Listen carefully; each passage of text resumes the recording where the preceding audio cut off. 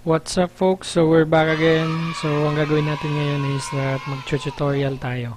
So ang tutorial natin ngayon is paano kung ang YouTube channel mo hindi na sa search.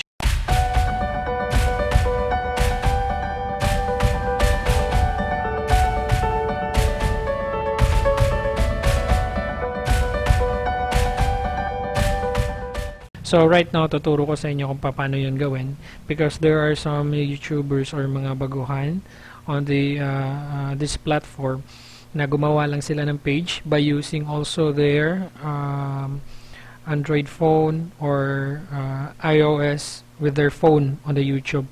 So kulang yung mga settings doon. But here, so ituturo natin kung paano 'yun gawin. Alright? So kung bago ka sa channel ko, just tap the subscribe button and then paki-like at paki-share na din yung ating video. So let's get started. Alright. So ang gagamitin natin ngayon is Google Chrome. So punta lang kayo sa youtube.com and then tick nyo lang yung 3 dot dito sa upper right. Yeah, once na tick nyo, select nyo yung desktop site. I-check nyo siya kung ganyan yung itsura, and then meron din sa iba is enable desktop. So select nyo lang din yun, i-enable nyo lang din. So sa akin i-tick ko to.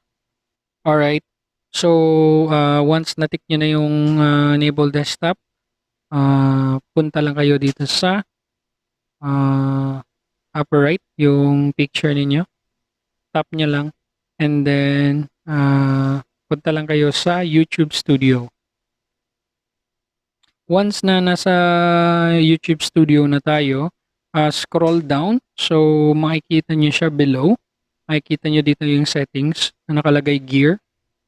So, select nyo lang yan. Click nyo yan. And then, select nyo yung channel. So, ito yung magiging itsura nyan. Select nyo lang yung channel. And then, once nasa channel na lang na kayo, makikita nyo dito yung basic information na nakalagay is yung name nyo. And then, yung keyword natin is walang laman, kaya hindi natin siya nasi-search.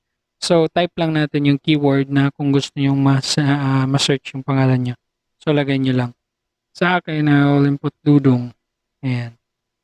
Keyword, and then I will also put Dudong TV. So, depende sa inyo kung ano yung searchable pagdating sa mga friends niyo or mga kakilala niyo kapag ibibigay niyo siya. At saka, yun, dapat maikli lang para madali siyang i-search. And then once na nalagay niyo na, just tap the save. Then that's it. So yun, yung channel niyo is searchable niya. Thank you.